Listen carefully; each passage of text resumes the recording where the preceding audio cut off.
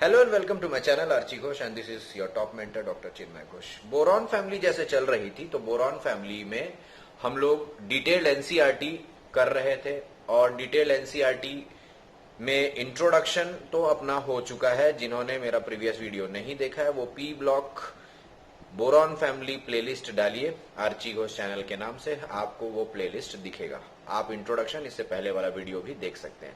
तो चलिए आगे बढ़ाते हैं। इस वीडियो में आगे बढ़ने पर अपन को बोरॉन फैमिली का डिटेल स्टडी करने को मिलेगा। फैमिली है बोरॉन फैमिली, जैसे कि आप लिखा हुआ देख रहे हो, ग्रुप नंबर 13। इसे 3A भी कहते हैं। ठीक है बेटा, 3A भी कहते हैं। बोरॉन फैमिली में सदस्य कौन है? बोरॉन, एल्यूमिनियम, गैलियम, इंडियम और थेलियम। इनके सिंबल BAl, Ga, ठीक है, G और स्मॉल ए, और इंडियम In और T और स्मॉल एल। ठीक है, अब बोरॉन एटॉमिक नंबर 5 है। 8 जोड़ दीजिए, 8 ऐड करने पर एल्यूमिनियम आ जाता है 13। 13 में 18 ऐड कर दीजिए, गैलियम का नंबर आ जाएगा 31। 31 में 18 ऐड कर दीजिए, इंडियम आ जाएगा 49 और 49 में 32 ऐड कर दीजिए, थेलियम आ जाएगा 81। इस तरह से आप 8, 18, 18, 32 ऐड करके boron, aluminium, gallium, indium, thallium पूरा सीरीज का एटॉमिक नंबर याद रख सकते हैं। ये बढ़िया ट्रिक है। तो बोरॉन का बस याद रखें, फिर 8, 18, 18, 32 ऐड करके अपना सीरीज का पूरा एटॉमिक नंबर लिख सकते हैं। तो याद करने का तरीका क्या है? बाल गंगा इंडियन तिलक, B से बोरॉन, Al से एल्यूमिनियम, ठीक है, Ga से गैलियम, In से इंडियम और Tl से थेलियम। चलिए आगे बढ़ते हैं।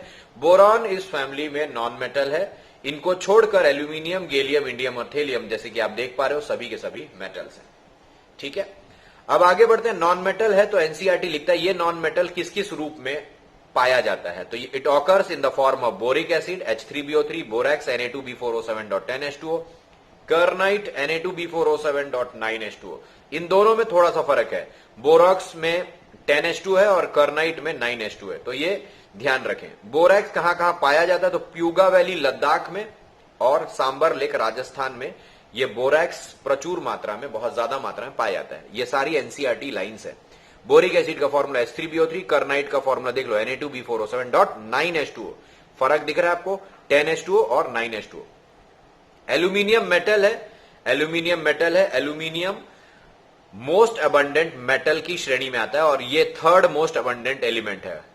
तो फर्स्ट कौन हुआ? ऑक्सीजन, सेकंड कौन हुआ? सिलिकॉन, और third most abundant element earth crust में पाया जाने वाला इसी फैमिली का एल्यूमिनियम है, जो कि सबसे ज्यादा पाया जाने वाला मेटल है, यानी धातु।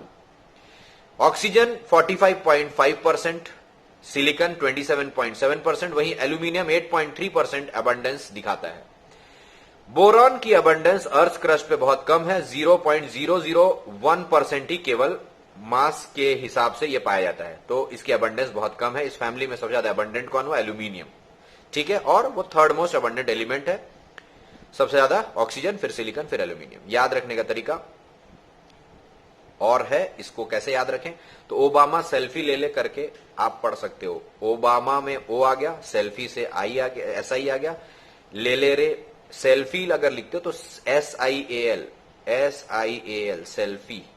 तो ओबामा सेल्फी ले ले रहे अगर बोलते हो तो O से ऑक्सीजन आ गया, सेल्फी का SI, Al का एल्यूमिनियम और Fe का आयरन। तो चौथा एलिमेंट भी आपको यहां पर मिल जाएगा। ठीक है, तो फोर्थ मोस्ट अबंडेंट एलिमेंट कौन हुआ? आयरन। तो सेल्फी ले ले रे आप खुद ही लिख लो, ले ले रे। ठीक है, तो आप इस वीडियो को देख रहे होंगे, आप इस वीडियो को समझ रहे होंगे। इसका स्क्रीनशॉट जरूर ले, नोट जरूर बनाइएगा। पूरा का पूरा एनसीईआरटी कवर हो रहा है। बोरॉन और एल्यूमिनियम एक दूसरे के साथ केमिकल सिमिलरिटी शो करते हैं।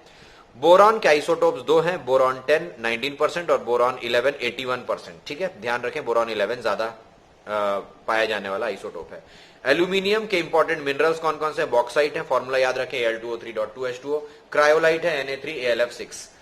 नोट, एल्यूमिनियम इंडिया में माइका के रूप में पाया जाता है, जो कि ज्यादा मात्रा में MP, कर्नाटका, ओडिशा और जम्मू में पाया जाता है। तो एल्यूमिनियम भारत में किस रूप में पाया जाता है? माइका के रूप में पाया जाता है। कहां कहां? MP, कर्नाटक, ओडिशा और जम्मू में।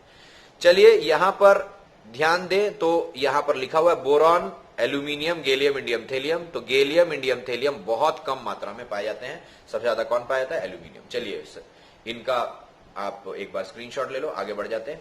चलिए चैप्टर आगे बढ़ रहा है।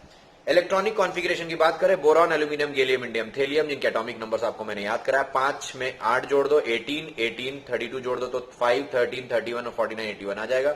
सेकेंड पीरियड में ये आता है बोरॉन, ये थर्ड पीरियड, ये फोर्थ पीरियड, ये फिफ्थ पीरियड और ये सिक्स पीरियड में आता है।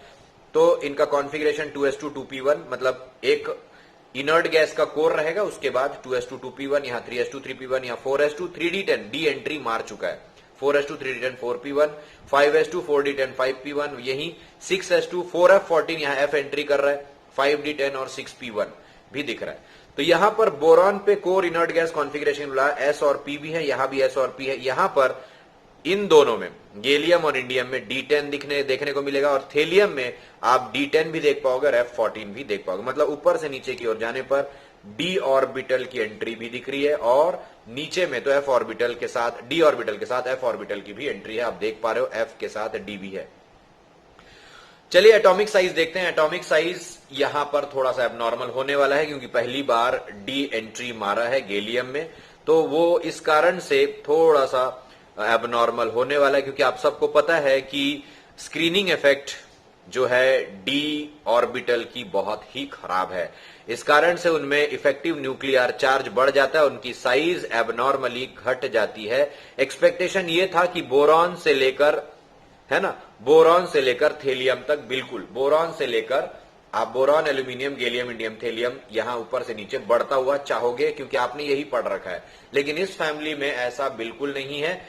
ये बोरॉन के बाद एल्यूमिनियम के बजाय गैलियम आ रहा है। गैलियम को बड़ा होना चाहिए लेकिन यहां छोटा दिख रहा है। तो बोरॉन के बाद गैलियम आ गया, फिर एल्यूमिनियम, फिर इंडियम और सबसे बड़ा नो डाउट थेलियम है। यहां एक्सेप्शन है, मैंने यहां पर मार्क कर दिया है, गैलियम और एल्यूमिनियम एक्सेप्शन है। क्या एक्सेप्शन है? कि गैलियम की साइज एल्यूमिनियम से छोटी है। हम एक्सपेक्ट क्या कर रहे थे? एल्यूमिनियम की साइज गैलियम से छोटी होनी चाहिए थी, लेकिन हुआ उल्टा, गैलियम की साइज एल्यूमिनियम से छोटी होगी। रीजन क्या है? डी ऑर्बिटल की पुअर शील्डिंग, जिसका मैं जिक्र कर रहा हूं कई देर से। तो डी ऑर्बिटल की पुअर शील्डिंग कारण जेड इफेक्टिव मतलब इफेक्टिव न्यूक्लियर चार्ज बढ़ गया और साइज छोटी हो गई है। इसे हम डी कॉन्ट्रैक्शन भी कहते हैं। तो एटॉमिक रेडियस अगर गैलियम की देखें तो 135 पिकोमीटर, जबकि एल्यूमिनियम की 143 पिकोमीटर ही दिख रहा है। तो आपको हमेशा याद रखना गैलियम की साइज एल्यूमिनियम छोटी है, ये एक्सेप्शन है। आगे चलते हैं आयोनाइजेशन एंथैल्पी में। तो बोरॉन के बाद थेलियम, गैलियम, एल्यूमिनियम, इंडियम, मतलब ये भी एबनॉर्मल है। आयोनाइजेशन एंथैल्पी भी एबनॉर्मल हो रहा है। आयोनाइजेशन एंथैल्पी की एबनॉर्मेलिटी को याद कैसे रखें? तो बोरॉन के थाली में गुलाल, लवली, इंडियन, तो बोरॉन में से बी आ गया, उसके बाद थाली में टीएल आ गया, है ना, गुलाल का जीए गैलियम और एएल का एल्यूमिनियम। तो बोरॉन के थाली में गुलाल, लवली, इंडियन, ऐसे करके याद रखें। आयोनाइजेशन एंथैल्पी का ऑर्डर याद रखना इसीलिए है क्योंकि ये नीट में आ चुका है, ये नीट में आ चुका है, इसीलिए आपको आयोनाइजेशन एंथैल्पी का क्रम बिल्कुल याद रखना। याद रखने का तरीका, बोरॉन के थाली में गुलाल, लवली, इंडियन, तो बोरॉन के बाद आपका थेलियम, उसके बाद गैलियम, उसके बाद एल्यूमिनियम और लास्ट में इंडियम। आयोनाइजेशन एंथैल्पी गैलियम के एल्यूमिनियम से ज्यादा इसीलिए है क्योंकि उसमें इनएफेक्टिव शील्डिंग है डी ऑर्बिटल की, जिसके कारण जेड इफेक्टिव बढ़ा हुआ। इफेक्टिव न्यूक्लियर चार्ज जहां बढ़ेगा आयोनाइजेशन एनर्जी तो बढ़नी है। सिमिलरली थेलियम और इंडियम में थेलियम की ज्यादा है क्योंकि एफ ऑर्बिटल की एंट्री के कारण यहां भी इनएफेक्टिव शील्डिंग होती है। किसके द्वारा? एफ ऑर्बिटल के द्वारा इनएफेक्टिव शील्डिंग है, और इनएफेक्टिव शील्डिंग के कारण जो होता है पहले हुआ था वैसा ही होगा। यहां भी जेड इफेक्टिव बढ़ेगा और आयोनाइजेशन एनर्जी बढ़ जाएगी। तो बोरॉन के बाद कौन आ गया? थेलियम, उसके बाद गैलियम, फिर एल्यूमिनियम, फिर इंडियम। चलिए आगे बढ़ते हैं, इलेक्ट्रोनेगेटिविटी देखते हैं। ये भी इर्रेगुलर है। बोरॉन के बाद फिर से थेलियम आ गया, फिर इंडियम, गैलियम और एल्यूमिनियम। थोड़ा सा इस सीरीज में इंडियम आगे आ गया है, फिर गैलियम और एल्यूमिनियम। तो यहां पर थोड़ा ध्यान रखें, बोरॉन, थेलियम, इंडियम, गैलियम और एल्यूमिनियम, मतलब यहां इलेक्ट्रोनेगेटिविटी की बात करें तो बोरॉन की सबसे ज्यादा है, एल्यूमिनियम की सबसे कम है। इलेक्ट्रोनेगेटिविटी एबनॉर्मल क्यों है? अगर सीखना है तो ये लिखा हुआ है, due to discrepancies in atomic size. Due to discrepancies in atomic size electronegativity abnormal है। देखिए बोरॉन की इलेक्ट्रोनेगेटिविटी की वैल्यू क्या दी हुई है, 2.0, थेलियम 1.8, इंडियम 1.7, गैलियम 1.6 और एल्यूमिनियम की 1.5 है। तो बोरॉन का सबसे ज्यादा, एल्यूमिनियम का सबसे कम। ये ध्यान में रखें। इस शीट का आप एक बार स्क्रीनशॉट लेकर इसका नोट्स बनाइए। तो बिल्कुल आगे बढ़ते जा रहे हैं। नेक्स्ट अपन पढ़ते हैं फिजिकल प्रॉपर्टीज में चलते हैं। फिजिकल प्रॉपर्टीज तैयार है हमारा, फिजिकल प्रॉपर्टीज देखना चालू करते हैं। भौतिक गुण जिसको हिंदी में कहते हैं। पहला पॉइंट है बोरॉन एक नॉन मेटल अधातु है जो कि बहुत ज्यादा कठोर, एक्सट्रीमली हार्ड होता है, अत्यंत कठोर लिखा हुआ है, और ये ब्लैक कलर्ड सॉलिड है, काले रंग का ठोस होता है। तो बोरॉन नॉन मेटल है, बहुत ज्यादा हार्ड है, और ये ब्लैक कलर्ड सॉलिड है, काले रंग का ठोस है। बोरॉन बहुत सारे अपरूप यानी एलोट्रोपिक फॉर्म्स में पाए जाते हैं। याद रखना, बोरॉन बहुत ज्यादा एलोट्रोपिक फॉर्म्स में पाए जाते हैं, बहुत सारे एलोट्रोपिक फॉर्म्स में पाए जाते हैं। बोरॉन की अनयूजुअली बहुत ज्यादा मेल्टिंग पॉइंट भी देखी गई है, ये पॉइंट बहुत इंपॉर्टेंट है, ध्यान रखना। बोरॉन की अनयूजुअली बहुत ज्यादा मेल्टिंग पॉइंट पाई गई है। अत्यंत अधिक गलनांक के पीछे का कारण क्या है? Due to very strong crystalline lattice, क्योंकि इसका क्रिस्टलीय जालक अत्यंत कठोर होता है, इसलिए इसमें मेल्टिंग पॉइंट बहुत ही ज्यादा पाया गया। नॉर्मल मेल्टिंग पॉइंट या बहुत ज्यादा मेल्टिंग पॉइंट के पीछे का कारण इसका स्ट्रॉन्ग क्रिस्टलाइन लैटिस है, अत्यंत कठोर क्रिस्टलीय जालक। जरा इसके बारे में थोड़ा सा नोट पॉइंट पढ़ के देखो। बोरॉन एक आइकोसाहेड्रल स्ट्रक्चर में होता है जिसके अंदर 12 कॉर्नर और 20 फेसेस होते हैं जो कि इसके क्रिस्टल लैटिस को बहुत ज्यादा कठोर बनाते हैं। इस कारण से इस आइकोसाहेड्रल स्ट्रक्चर के कारण इनका मेल्टिंग पॉइंट बहुत ज्यादा बढ़ चुका है। ठीक है, तो बाकियों का मेल्टिंग पॉइंट का ऑर्डर क्या होगा? बोरॉन सबसे ज्यादा, ये तो देख लिए, बाकियों का क्या है? तो उसके बाद आता है एल्यूमिनियम, फिर थेलियम, इंडियम और गैलियम। गैलियम की मेल्टिंग पॉइंट बहुत कम पाई गई है। तो यहां पर मैंने लिखा भी है, नोट पॉइंट में देखेगा कि गैलियम की मेल्टिंग पॉइंट अनयूजुअली बहुत कम है, लगभग 303 केल्विन का मेल्टिंग पॉइंट देखा गया है। ठीक है, और ये गर्मियों में द्रव अवस्था में पाया जाता है, मतलब it exist as liquid during summer. अभी गर्मी ही चल रहा है, तो अगर आप गैलियम को उठा के देखोगे तो गैलियम अभी समर में लिक्विड की तरह एग्जिस्ट करेगा। आपने देखा होगा कि boron, aluminium, gallium, indium, thallium में बोरॉन को छोड़कर बाकी सभी मेटल्स हैं, तो एक्सपेक्टेशन सॉलिड का था, लेकिन गैलियम गर्मियों में किस तरह से एग्जिस्ट करता है? लिक्विड की तरह एग्जिस्ट करता है। ये इंपॉर्टेंट पॉइंट है एनसीईआरटी का। गैलियम की लेकिन बॉइलिंग पॉइंट अगर देखें तो थोड़ा ज्यादा है, लगभग 2676 केल्विन। इसीलिए इसे एक यूजफुल मटेरियल की तरह यूज किया जाता है। किस लिए? हाई टेम्परेचर्स मेजर करने के लिए। तो आपको यहां पर समझ में आ रहा होगा कि बोरॉन की मेल्टिंग पॉइंट ज्यादा है और गैलियम की मेल्टिंग पॉइंट कम है। बोरॉन की मेल्टिंग पॉइंट ज्यादा क्यों है? क्योंकि इनकी क्रिस्टलाइन लैटिस बहुत स्ट्रांग है, और गैलियम की मेल्टिंग पॉइंट कम है, जबकि बॉइलिंग पॉइंट ज्यादा है। इसी कारण से इसे एक हाई मेजरिंग टेम्परेचर, मतलब एक ऐसा पदार्थ जो कि हाई टेम्परेचर मेजर करे, उसके रूप में यूज किया जा सकता है। चलिए डेंसिटी देखें, तो डेंसिटी ऊपर से नीचे बढ़ रही है। Boron, aluminium, gallium, indium, thallium 2.35, 2.7, 5.9, 7.31 और 11.85, इस तरह से डेंसिटी कंटिन्यू बढ़ती जा रही है। स्क्रीनशॉट ले लीजिए और नोट्स बनाते रहिए। चलिए आगे की ओर बढ़ते हैं। स्क्रीनशॉट ले लिया होगा, आगे की ओर बढ़ते हैं। आगे है इनका केमिकल प्रॉपर्टीज, रासायनिक गुण। केमिकल प्रॉपर्टीज में जाने से पहले सबसे पहले ऑक्सीडेशन स्टेट पर बातचीत कर लेना बहुत जरूरी होता है। ऑक्सीडेशन स्टेट, ऑक्सीकरण अवस्था, boron, aluminium, gallium, indium, thallium, आपको मैंने बताया था कि ऊपर में ग्रुप ऑक्सीडेशन स्टेट हावी रहता है, क्योंकि यहां पर NS2 और NP1 कॉन्फिगरेशन है, तो 2+1 3 ग्रुप ऑक्सीडेशन स्टेट है। लेकिन जैसे जैसे नीचे की ओर जाते इनर्ट पेयर इफेक्ट बढ़ने के कारण इनमें लोअर ऑक्सीडेशन स्टेट हावी होता है, यानी +1 वाला ज्यादा हावी है। तो boron, aluminium, gallium, indium, thallium में boron +3, aluminium +3, gallium, indium, thallium +1 +3 दोनों दिखा सकते हैं, जिसमें +1 नीचे की ओर बहुत ज्यादा हावी हो जाएगा। Lower down the group inert pair effect बढ़ता है, तो boron, aluminium, gallium, indium, thallium में ऊपर से नीचे की ओर क्या बढ़ेगा? इनर्ट पेयर इफेक्ट बढ़ जाएगा। तो इनर्ट पेयर इफेक्ट बढ़ता है। आगे देखें, बोरॉन की साइज बहुत छोटी है, जिसके कारण उसकी आयोनाइजेशन एनर्जी बहुत ही ज्यादा होती है। आपको पता है, हमने आयोनाइजेशन एनर्जी देखकर आया है। तो आयोनाइजेशन एनर्जी छोटे साइज के कारण बहुत ज्यादा है, जिसमें आप अगर first ionization, second ionization, third ionization तीनों मेजर करके ऐड करोगे तो बहुत ज्यादा आयोनाइजेशन एनर्जी मिला हुआ है। इसके कारण ही बोरॉन +3 ऑक्सीडेशन स्टेट नहीं शो करता है, जो इसको एग्जिस्ट करना चाहिए था। बट बोरॉन की आयोनाइजेशन इतनी ज्यादा है कि वो +3 ऑक्सीडेशन स्टेट में आ नहीं पाता। तो boron do not form +3 ions easily. ये अगर आपसे पूछा जाए कि क्यों, तो इसका पीछे का रीजन केवल एक ही है, very high value of ionization energy. Boron अगर +3 ऑक्सीडेशन स्टेट नहीं दे रहा है तो जनरली वो आयनिक कंपाउंड्स बनाने के लिए इच्छुक नहीं होगा। यही कारण है कि वो जनरली कोवैलेंट कंपाउंड्स की तरह एग्जिस्ट करता है। तो बोरॉन के बारे में ध्यान रखना, छोटी साइज, आयनाइजेशन एनर्जी ज्यादा, इसीलिए +3 ऑक्सीडेशन स्टेट में एग्जिस्ट नहीं कर पाता और मोस्टली वो क्या बनाता है, कोवैलेंट कंपाउंड्स। वहीं एल्यूमिनियम को पकड़कर चले तो एल्यूमिनियम की आयनाइजेशन एनर्जी का सम टोटल बोरॉन की तुलना में कम है और इसलिए ये Al+3 आयॉन्स आसानी से बना लेते हैं और ये हाईली इलेक्ट्रोपॉजिटिव मेटल की तरह एग्जिस्ट करते हैं। चलिए आगे बढ़ते हैं। स्टेबिलिटी की बात करें तो +1 ऑक्सीडेशन स्टेट आपको मालूम, इनर्ट पेयर इफेक्ट के कारण थेलियम +1 ऑक्सीडेशन स्टेट ज्यादा आसानी से शो कर लेगा। तो boron +1, aluminium +1, gallium +1, indium +1, thallium +1, यहां ये स्टेबिलिटी का ऑर्डर है +1 ऑक्सीडेशन स्टेट का। रीजन क्या है, due to inert pair effect, अक्रिय युग्म प्रभाव के कारण। चलिए आगे देख लीजिए, थेलियम +3 में अगर है तो वो अनस्टेबल है, तो आसानी से क्या में जाना चाह रहा है, +1 में जाना चाह रहा है। इसीलिए थेलियम क्या करेगा, +3 ऑक्सीडेशन स्टेट में रहकर इलेक्ट्रॉन एक्सेप्ट करेगा, यानी रिडक्शन में भाग लेगा और वो +1 में कन्वर्ट हो जाएगा, क्योंकि आपको पता है कि थेलियम +1 में ही ज्यादा स्टेबल होता है। तो थेलियम +3 में अगर हो, 2 इलेक्ट्रॉन एक्सेप्ट किया, सेल्फ रिडक्शन में भाग लिया और किसकी तरह बिहेव किया, खुद का रिडक्शन, मतलब दूसरे के लिए क्या, ऑक्सीडाइजिंग एजेंट। तो इसकी बहुत अच्छी ऑक्सीडाइजिंग नेचर है, बहुत अच्छा ऑक्सीडाइजिंग एजेंट है, ठीक है। तो Tl+3 बहुत अच्छे ऑक्सीडेशन स्टेट की तरह, ऑक्सीडाइजिंग एजेंट की तरह बिहेव करेगा।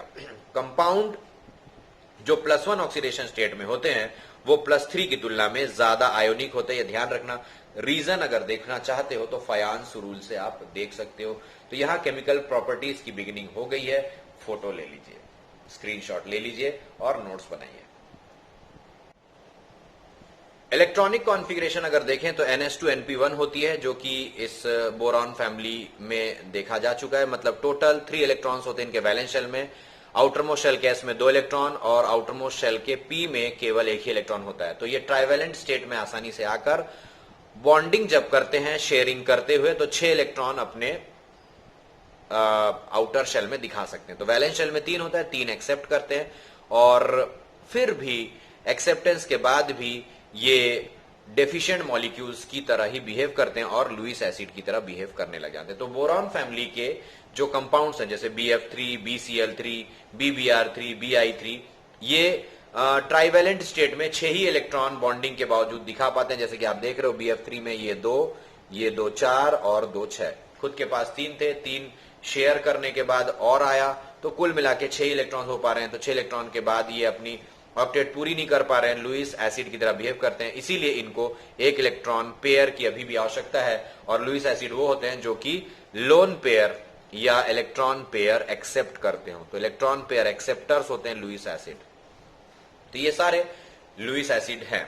इलेक्ट्रॉन डेफिशिएंट है, 6 इलेक्ट्रॉन है, इसीलिए तो ये लुईस एसिड की तरह बिहेव करें। और tendency to form Lewis acid जो होती है वो ऊपर से नीचे ग्रुप में जाने पर घटती जाती है, क्योंकि साइज बड़ी है। साइज बड़ी होने के कारण क्या लुईस एसिड बनाने एग्जिस्ट करने की टेंडेंसी कम होगी। इसका रीजन भी मैं आपको दिखाऊंगा।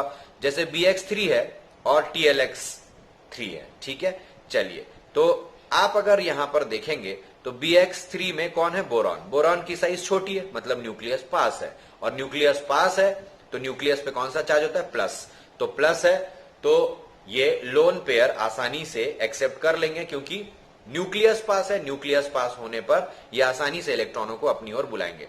लेकिन थेलियम की साइज बड़ी है तो न्यूक्लियस और आउटरमोस्ट शेल में जहां पर इलेक्ट्रॉन आना रहेगा वहां पर से न्यूक्लियस की दूरी बहुत ज्यादा है। इस कारण से एक्सेप्टेंस जो है वो उतना आसान नहीं हो पाता। तो साइज बड़ी होने के कारण जो आउटरमोस्ट शेल में इलेक्ट्रॉन आने वाली रहेगी उसको अट्रैक्शन कम मिलेगा और इस कारण से लोन पेयर आसानी से एक्सेप्ट नहीं हो पाएगा और लुईस एसिड की तरह बिहेव करने की टेंडेंसी कम हो जाएगी। तो बोरॉन में आसानी से लुईस एसिड की तरह बिहेव करने की टेंडेंसी है, लेकिन थेलियम में उतनी अच्छी टेंडेंसी नहीं है। तो इसीलिए मैंने लिखा हुआ है कि tendency to form Lewis acid decreases down the group, क्योंकि साइज मेन मुद्दा प्ले कर रहा है। जैसे आप देख रहे हो कि BCl3 जिसमें अभी 6 इलेक्ट्रॉन है, ये पड़ोस में अगर अमोनिया है तो अमोनिया के ये लोन पेयर को क्या करेगा, एक्सेप्ट कर लेगा। और एक्सेप्ट करने के बाद अब आप देखिए इनके पास पहले कितने थे, 6, और नाइट्रोजन के 2 लोन पेयर और आ गया। तो अब कुल मिला के इनके पास 8 इलेक्ट्रॉन हो गया बोरॉन पर। और ये अब पहले क्या था देखिए, sp2 था, प्लेनार था, लेकिन अब ये BCl3 अमोनिया के साथ कोऑर्डिनेट बॉन्ड के बाद थ्रू जुड़ने के बाद टेट्राहेड्रल फॉर्म में आ चुका है। तो ये एक क्वेश्चन है जिसमें हाइब्रिडाइजेशन बदल रहा है, तो नीट में आ सकता है। BCl3 अमोनिया के साथ रिएक्ट करके अपनी हाइब्रिडाइजेशन बदलता है sp2 से sp3 में। ये बहुत इंपॉर्टेंट सवाल बन सकता है और मैं कहीं और से नहीं बल्कि एनसीईआरटी से ही ये करवा रहा हूं। तो बोरॉन में एक्सेप्टेंस लोन पेयर की बहुत आसान है, क्योंकि बोरॉन का न्यूक्लियस पास है, उसके साइज छोटी होने के कारण इसीलिए एक्सेप्ट कर रहा है। लेकिन वहीं आगे देखते हैं AlCl3। तो AlCl3 में Al और ये 3 Cl के बॉन्डिंग के बाद इनके पास 6 इलेक्ट्रॉन्स है, मतलब ये भी इलेक्ट्रॉन डेफिशिएंट है। तो ये भी चाह रहे हैं कि इनको कहीं से 2 इलेक्ट्रॉन मिल जाए, लेकिन ये आसानी से एडक्ट यानी किसी के साथ ऐड नहीं होना चाह रहे हैं, क्योंकि एल्यूमिनियम की साइज बड़ी है। तो फिर ये खुद ही से अपना ऐसा कुछ एडजस्टमेंट करेंगे जिससे इनका ऑक्टेट पूरा होगा। तो अब इसका मतलब यह है कि दूसरों की मदद नहीं चाहिए हमें। तो अब अगर मदद नहीं चाहिए तो खुद ही कुछ करना पड़ेगा। तो इसका मतलब यह है कि ये आसानी से लुईस एसिड की तरह बिहेव नहीं करेंगे। तो एल्यूमिनियम लुईस एसिड की तरह बिहेव नहीं करता। तो ये अपने आप को स्टेबल कैसे करेगा, अपना ऑक्टेट कैसा पूरा करेगा? तो ये अपने आप को स्टेबलाइज करेगा डाइमर बनाकर। They will form dimer. कैसे, देखिए AlCl3। तो AlCl3 आप पहला देख पा रहे हो, ये AlCl3। आप यहां पर एक पहला Al देख रहे हो, है ना, और ये दूसरा Al। तो ये एक कंपाउंड है, यहां तक ये एक कंपाउंड है, आप देख रहे हो Al के साथ 1 2 3 Cl, और दूसरा जो है वो आप यहां से देख पा रहे हो। ठीक है, देख रहे हो Al के साथ 1 2 और ये 3। तो इस तरह से आपके पास 2 AlCl3 है। डाइमर मतलब 2 AlCl3 आस पड़ोस में। तो पहला AlCl3 ये है और दूसरा AlCl3 ये है। ये क्या कर रहे हैं, क्लोरीन अपने इलेक्ट्रॉनों को इस एल्यूमिनियम को दे रहा है ना, जिसके पास खाली ऑर्बिटल होने वाला है, और एल्यूमिनियम इस एल्यूमिनियम को ये क्लोरीन अपने ये लोन पेयर को प्रोवाइड कर रहा है। तो आस पास के जो लोन पेयर दिख रहे हैं क्लोरीन के, वो एल्यूमिनियम के खाली ऑर्बिटल्स में पहुंचकर उनको इलेक्ट्रॉन प्रोवाइड करके उनकी ऑक्टेट को पूरा कर रहा है। तो पहले तो 6 था, अब ये लोन पेयर अगर इसके वेकेंट ऑर्बिटल में पहुंचा तो ये 8 इलेक्ट्रॉन्स हो जाएंगे। उसी प्रकार ये वाला क्लोरीन इनको इलेक्ट्रॉन देकर इनका भी 8 पूरा कर रहा है। अब आप देखिएगा एल्यूमिनियम क्लोरीन एल्यूमिनियम कितने सेंटर्स बन रहे, 3 सेंटर, और इलेक्ट्रॉन कितने शेयर हो रहे हैं, 1 2 3 4। तो इसीलिए 3C4E मतलब बनाना बॉन्ड्स की तरह बिहेव करेंगे। तो यहां पर AlCl और Al के बीच में, या AlCl और Al के बीच में 3C4E बॉन्ड्स यानी बनाना बॉन्ड्स बन रहे हैं, और ये टेट्राहेड्रल डाइमर के फॉर्म में एग्जिस्ट करेगा। कैसे, फिर से बता देता हूं। AlCl और Al के बीच में 3 एटम्स हुए, 3 एटम्स कितने इलेक्ट्रॉन शेयर कर रहे हैं, 2 और ये 2 4। तो इसीलिए 3 सेंटर 4 इलेक्ट्रॉन बॉन्ड्स, जिसको बनाना बॉन्ड्स भी कहते हैं। तो ट्राइवेलेंट स्टेट में कोवेलेंट कंपाउंड्स जो बनते हैं वो आसानी से हाइड्रोलाइज होकर sp3 हाइब्रिड स्पीशीज बनाते हैं, जैसे MOH4 नेगेटिव, क्योंकि वो जब ट्राइवेलेंट स्टेट में होते हैं तो उनका ऑक्टेट पूरा नहीं होता, तो आसानी से हाइड्रोलाइज होकर OH एक्सेप्ट करके अपना ऑक्टेट पूरा करते हैं। यहां पर आगे AlCl3 एसिडिफाइड एक्वस सॉल्यूशन में AlH2O6 3 पॉजिटिव आयन की तरह बिहेव कर सकते हैं, क्योंकि ये अपना कोऑर्डिनेशन नंबर बढ़ा सकते हैं, ये अपना कोवैलेंसी बढ़ा सकते हैं। क्यों बढ़ा सकते हैं, क्योंकि इनके पास वेकेंट d ऑर्बिटल्स हैं। 3d ऑर्बिटल्स भाग लेने के कारण ये आसानी से अपना कोवैलेंसी 6 तक एक्सपैंड कर रहे हैं, 3d ऑर्बिटल्स भाग लेने के कारण, और ये ऑक्टाहेड्रल की तरह बिहेव करेंगे। और इनका हाइब्रिडाइजेशन भी बदलेगा। पहले AlCl3 में हाइब्रिडाइजेशन क्या था, आप चेक करोगे तो आपको दिखेगा sp2 था, लेकिन अब ये क्या हो चुके हैं, sp3d2 हाइब्रिडाइजेशन। तो ये सब एनसीईआरटी लाइंस है। कभी आपको क्वेश्चन आया कि AlCl3 एसिडिफाइड एक्वस सॉल्यूशन में जाने के बाद किस तरह की ज्योमेट्री शो करता है, तो ऑक्टाहेड्रल, और किस तरह का हाइब्रिडाइजेशन शो करता है, तो sp3d2। तो ये पूरा इस शीट का भी आप फोटो ले लीजिए, स्क्रीनशॉट ले लीजिए। आई होप सो आपको यहां तक समझ में आ रहा है। नेक्स्ट वीडियो इसके आगे का कंटिन्यू किया जाएगा। ठीक है, लाइक शेयर सब्सक्राइब।